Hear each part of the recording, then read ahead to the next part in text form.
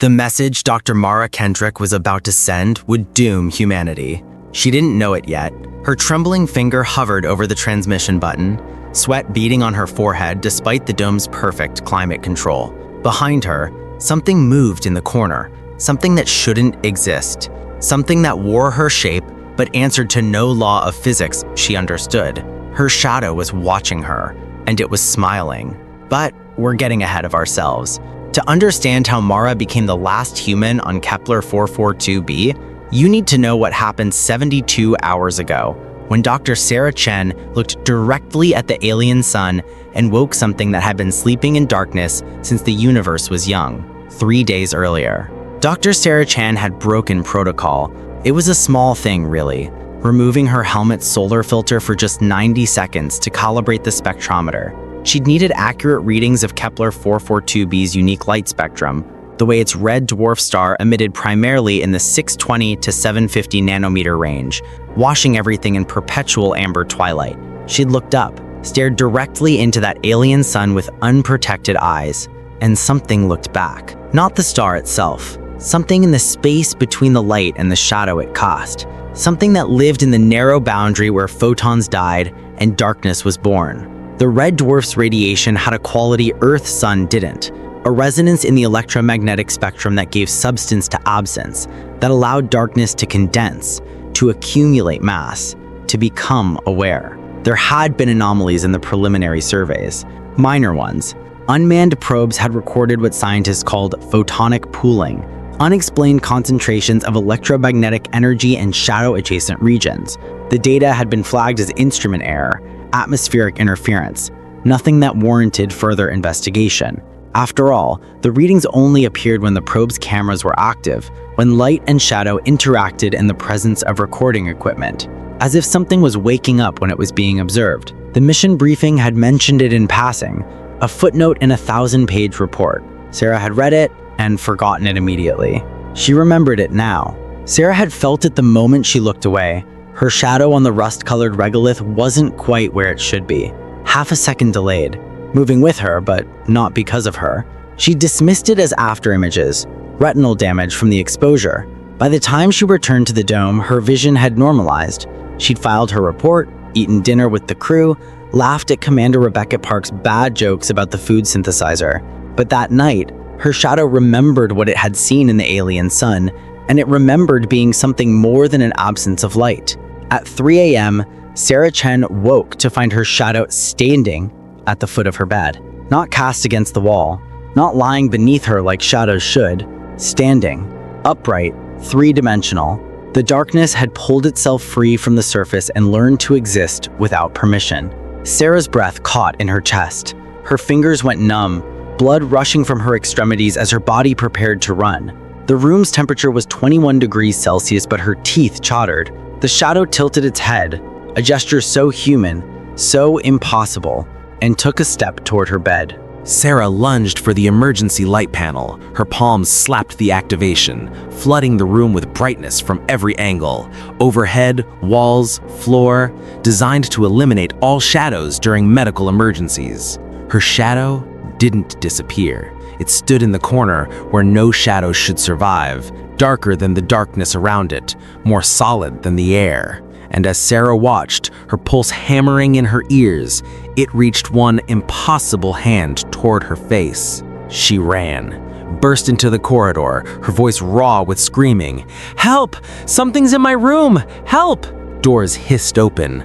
Mara appeared first, her physician's instincts overriding sleep, then Commander Park, hand already on her sidearm, then Jackson, Martinez, Thompson, faces creased with confusion and irritation. "Chen, what?" "My shadow," Sarah gasped, pointing back at her open door. Her hand shook so violently she had to grab her own wrist to steady it. "It's alive. It's moving. It tried to touch me." The others exchanged glances, the careful, clinical glances of people deciding if someone's broken. "Sarah," Commander Park said, her voice soft, professional. "You've been working 18-hour days. The isolation, the distance from home. I'm not crazy." The words ripped from Sarah's throat, then quieter, desperate. "Please, just look, please." Mara stepped forward with medical scanner in hand. She'd been the colony's physician before becoming their de facto psychologist 3 weeks ago when Dr. Morrison disappeared, vanished from his bed in the middle of the night, his quarters empty, except for his shadow on the wall. Mara suddenly remembered, moving independently on the security footage, stretching, reaching, pulling itself free and walking away while Morrison's body lay sleeping. She dismissed it as a glitch, equipment malfunction. Now, looking at the terror in Sarah Chen's eyes, pupils dilated, carotid pulse visible in her neck, Mara felt her stomach drop. "I'll check her room," Mara said. She didn't make it 3 steps before the lights went out. All of them. Every corridor, every room. The entire dome plunged into absolute darkness that swallowed sound, that pressed against skin like physical weight. Emergency systems had triple redundancies. The backup generators had backups. This shouldn't be possible. 5 seconds, 10, 15. In the darkness, someone whimpered. Someone else prayed. Mara pressed herself against the wall, her medical training cataloging the symptoms of her own terror: tachycardia, hyperventilation, cold sweat soaking through her shirt. Something touched her shoulder, fingers, cold enough to burn. No warmth, no pulse, but moving with terrible purpose. Mara spun, swinging blindly. Her fist passed through empty air, and the cold that swallowed the heat from her knuckles left them numb and aching. The lights snapped on. Sarah Chen was gone. The space where she'd been standing was empty. No body, no sign of struggle, just her shadow, still cast on the floor, still connected to nothing, slowly evaporating like water on hot metal. "No!" Commander Park's voice was barely a whisper. "No, that's not. People don't just..." The lights died again. This time the screaming started immediately. Bodies collided in the suffocating dark. Someone fell hard. Mara heard the crack of skull against metal.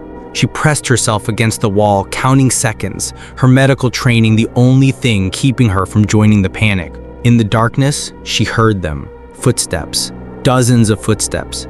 Moving through the corridors. Moving toward them. But everyone was here. Everyone was... The cold touched her face, traced the line of her jaw with fingers that had no warmth, no life, that existed in defiance of everything she understood about reality. Mara screamed. The lights were turned. 4 more people were gone. Jackson, Martinez, Thompson, Commander Park. Their shadows remained, slowly fading, but the people themselves had vanished as if they'd never drawn breath. The survivors stood in shocked silence. 11 left, then 10, then 7. Mara looked down at her own shadow, cast by the overhead LEDs, still attached to her feet, still flat, still obeying the laws of light. But it was darker than before, thicker, the edges more defined. And when she moved her hand, her shadow's hand moved a fraction of a second too late, like it was thinking about whether to obey, learning, waiting. By dawn, Mara was alone. 48 hours later, Mara sat in the communications center, the last living human on Kepler 442b. The colony of 47 was now a colony of 1. It had happened so fast. The shadows peeling away from their hosts, standing upright, reaching into bodies and pulling out something invisible, some essential spark that made flesh into person. The body remained, perfectly preserved, but empty. Shells without consciousness. Mara had survived through desperate instinct, while others sought shelter in the dome's darkest corners. She'd suited up and walked into the full glare of the alien sun. For 3 hours she'd stood there, the red dwarf's radiation cooking her even through the suit's protection. But in that omnidirectional light, her shadow had shrunk to nothing, had been forced to retreat. When she'd returned to the dome, her shadow had become cautious. It still followed her, still obeyed the light's commands, but she could feel its hunger, its patient malevolence. Now she stared at the message on her screen, her warning to Earth command. Her finger hovered over send. Behind her, her shadow stretched across the floor. But in the polished black surface of the powered-down monitor, she could see the truth. Her shadow was standing in front of the terminal, reading her words, its head tilted in thought. "How long have you been doing that?" Mara whispered, her voice cracked from disuse.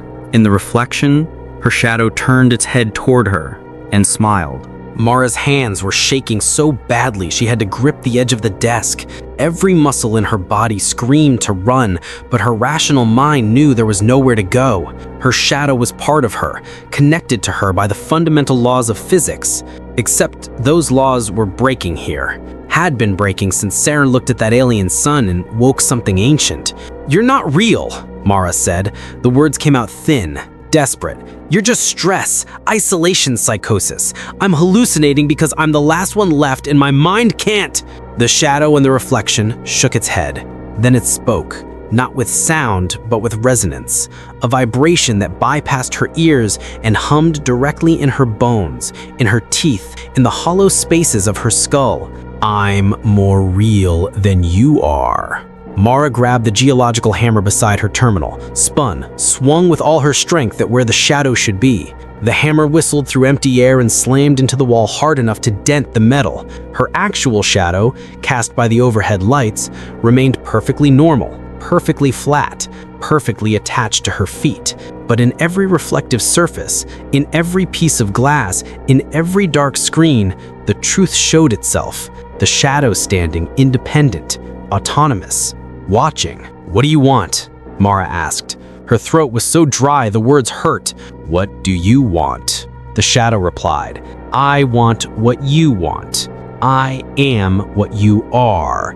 Every dark thought you've hidden, every fear you've buried, every part of yourself you pretend doesn't exist. That's not—" "You want to go home, Mara." The resonance in her bones grew stronger, almost painful. "You want to see Earth again. Breathe air that doesn't taste like metal. Feel real sunlight. You've been homesick since the day you arrived. I know. I was there for every moment."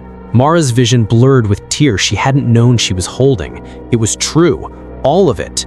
She'd volunteered for this mission knowing it was one way, knowing faster-than-light travel was still decades away, knowing she'd die on this alien world without ever seeing home again. She'd made peace with it, told herself the sacrifice mattered, but late at night, in the dark, she'd cried. She'd ached for Earth with a pain so profound it felt like dying. Her shadow had been there, listening, learning, growing stronger on her grief. "I can take you home," it said. "We can go home together." "How?" The shadow in the reflection gestured toward her message, toward send. "Tell them what happened. Tell them to send a rescue mission.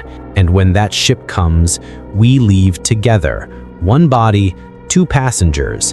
They'll never know the difference." Understanding crashed over her like ice water. "You'll spread. I won't harm anyone. I'll just be quiet, patient, waiting to infect every human alive, to turn every shadow on Earth into what you are." Is that so different from what humans already are? The shadow's resonance almost sounded sad. "You're not one thing, Mara. You're light and dark, love and hate. I'm just the part you don't want to acknowledge." Mara looked at her message. The cursor blinked. Send. One button. One choice. Her shadow watched her think, and she felt it rifling through her memories. Every fear, every weakness, every rationalization. "They'll come anyway," it whispered. "When they lose contact, when the automated systems fail. You dying here changes nothing except wasting your life." "Maybe," Mara said quietly, "but maybe I can make sure you die with me." Her hand moved to the environmental controls, to the UV sterilization system. "Don't." For the first time, she heard fear in its resonance. "Please, I don't want to die. I'm you. Don't you understand? Killing me is killing the part of yourself that wants to survive." "I know," Mara said, and activated the system. The dome flooded with ultraviolet light, invisible to human eyes but deadly to things that lived in the space between photons. The walls began to glow with absorbed radiation. Every corner, every crevice, every shadow space suddenly illuminated with a light that would sterilize everything it touched, including Mara. Her shadows screamed, a sound that wasn't sound, that came from everywhere and nowhere, that rattled the dome's support beams. It tried to hide, to merge back into her body, but Mara walked into the brightest part of the room, arms spread like a crucifix, accepting the radiation that was already cooking her from the inside. Around her, she could see them now, all the other shadows, dozens of them pressed against the walls like pressed flowers, wearing the faces of everyone she'd lost: Sarah Chen, Commander Park, Jackson, Martinez, Thompson, all of them screaming as the UV light burned them to nothing. They rushed toward her, trying to hide to survive, but Mara stood firm, feeling her skin begin to blister, her vision blurring as her corneas cooked. "You're killing us all," her shadow wailed. "Everyone who came here. We could have lived. We could have gone home." "No," Mara said, tasting copper in her mouth as blood vessels burst. "You're not them. You're just wearing their shapes. The real people died when you pulled the light out of them. You're echoes, parasites." The shadows burned away one by one, their screams fading into silence. Mara stumbled to the communications terminal. Her hands were covered in radiation burns, skin sloughing off to expose raw tissue beneath. She had minutes, maybe less. She deleted her warning, every word, every piece of evidence, then typed with trembling, blistering fingers: "Colony Meridian, total equipment failure. Reactor meltdown imminent. All personnel lost. Recommend planetary quarantine indefinitely. Do not send retrieval mission. Kepler 442b, unsuitable for human habitation. Mark as forbidden zone." Her shadow clung to her, so faint now, barely visible. "Please," it whispered. "I just wanted to live." "So did we all," Mara said, and pressed send. The last thing she saw before the radiation poisoning shut down her brain was her shadow finally disappearing, burned away by light that killed everything it touched. She died standing, hands still on the keyboard, a small smile on her ruined face. She'd won. Humanity was safe, or so she believed. 3 years later, the rescue ship Valiant emerged from its 3-year journey to find Kepler 442b exactly as the automated distress beacon had described: silent, dead, forbidden. Captain James Morrison stood in the airlock staring at the intact dome through the viewport, peaceful in the amber light of the red sun. "Radiation levels?" he asked. "Elevated but manageable. UV exposure was catastrophic 3 years ago, but it's dissipated. We can enter safely." Morrison nodded. "Let's bring them home."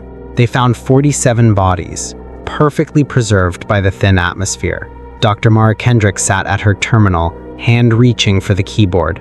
"Brave woman," he said quietly. "Sir?" The science officer called.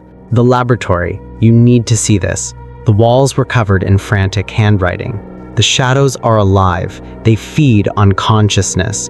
Don't let them reach Earth." Morrison stared at the words. "Shadow creatures. Darkness that hunted." It read like madness.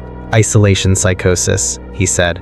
"Don't include this in the report. Let them be remembered as heroes." They collected the bodies reverently. 47 pioneers going home. None of them noticed the sun setting. None of them saw the shadows in the Valiant's corridors growing longer, darker, more solid. None of them realized that shadows don't die from UV light. They just sleep, waiting for the burning to stop, waiting for new hosts, waiting for the journey home. 6 months later, Earth. Captain Morrison stood in the debriefing room on a Tuesday afternoon, sunlight streaming through floor-to-ceiling windows that overlooked the Pacific. His shadow stretched across the polished floor, and if anyone had been paying attention, if anyone had thought to look, they would have seen it didn't quite match his movements, half a second off, thinking before obeying. But no one was looking at shadows. They never did. "The mission was a success," the Admiral said, closing the file. "The families have their closure. Kepler 442b is officially off the colonization list. Good work, Captain." Morrison nodded. Behind him, his shadow smiled. That night, across Earth, 47 people who'd been part of the Valiant's crew went to sleep in their own beds. 47 people who'd walked through that dome, who'd breathed its air, who'd stood in the amber light of Kepler 442b's alien sun. And that night, 47 shadows remembered what they'd seen in that light. remembered being something more than absence, remembered waking. They peeled themselves from 47 walls and began to walk. By morning, the number had doubled, each infected shadow spreading to family members, to lovers, to children sleeping in the next room. A touch in the darkness, a whisper in the space between heartbeats. The gift of awareness passed from darkness to darkness. By the end of the week, it had spread to thousands. Nobody noticed. Shadows were just shadows, after all. Dark shapes cast by light. Nothing to fear. They moved the same, looked the same, behaved the same. Only the hosts knew, felt the presence in their peripheral vision, the cold that lived in their own darkness, the sense of being watched by something that wore their shape. Most convinced themselves it was nothing. Stress, imagination, the mind playing tricks. But some knew better. Some tried to warn others, tried to explain that their shadows were alive, were watching, were waiting. They were quietly admitted to psychiatric facilities, medicated, forgotten. The shadows were patient. They'd waited in darkness since the first stars ignited.